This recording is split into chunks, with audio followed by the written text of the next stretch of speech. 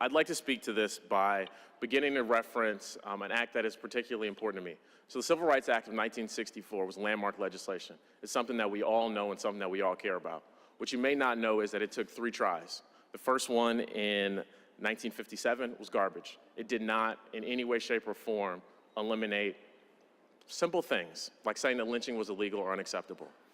They came back again in 1960 and did a little bit better job, but still provided little to no coverage. Here we are now in 2019, and I will say we still have a long, long way to go. But I'm 33 years old, and in the home I live in, every year, I pay $7,500 a year in auto insurance. And I have cheap auto insurance in my neighborhood, some of the cheapest. And we have cars that, for the most part, are almost a decade old. 2 of them, 2 of which are over a decade old. And when I talk, when I go run, when I talk to folks, they are talking about the incredible cost of auto insurance. And it's a problem for them, one that they cannot deal with every day, one that we cannot continue to say, hey, we are looking for a better solution. Because I am. If there were a better solution, I would have voted yes. I will vote yes. On every amendment that came out today that my colleagues put forward, I was a yes, and would be on any one of those things. A number of plans have come across and been said of, these are better options. We should do those things. Count me in. But today, I got an opportunity to lower people's rates.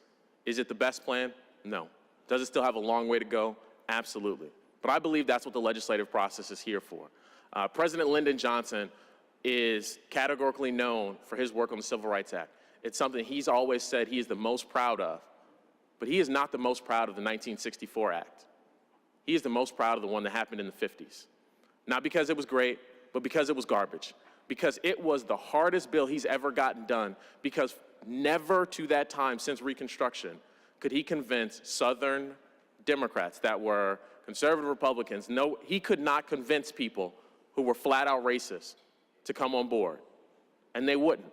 But for that one moment, he got them to open the door. And I believe that this is the opening in the door. This is the first chance for us to amend legislation that hasn't changed in my lifetime.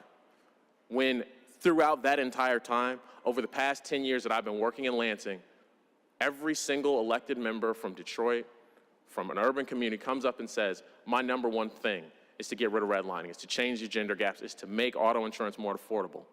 And have they had better plans? Yes. Are we going to keep working for a better one? God, I hope so. But today, we have an opportunity to make some difference. So just my family alone, we're paying $7,500 a year. If we could opt out in the PIP like more than 90% of Michigan residents can, that has the potential to save us more than almost $4,000. I'd opt out. My neighbors would opt out. But the reality is the majority of people who I live nearby, who I represent, have already opted out because they aren't buying auto insurance. Can't afford to buy auto insurance. Can't drive. I had a town hall last night. A woman came to me and said, hey, what's going on with this auto insurance? Because I can't keep taking Ubers. I can't keep taking Lyfts. I can't ride the bus to the places I need to go. And I can't afford an automobile. Can't afford to drive. That's what this is about. This is about the beginning.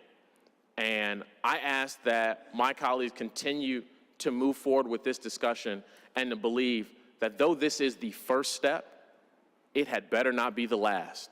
And that we will continue to work to make sure that it's better, that we get the type of rate relief that all of our constituents demand. Thank you, Mr. President.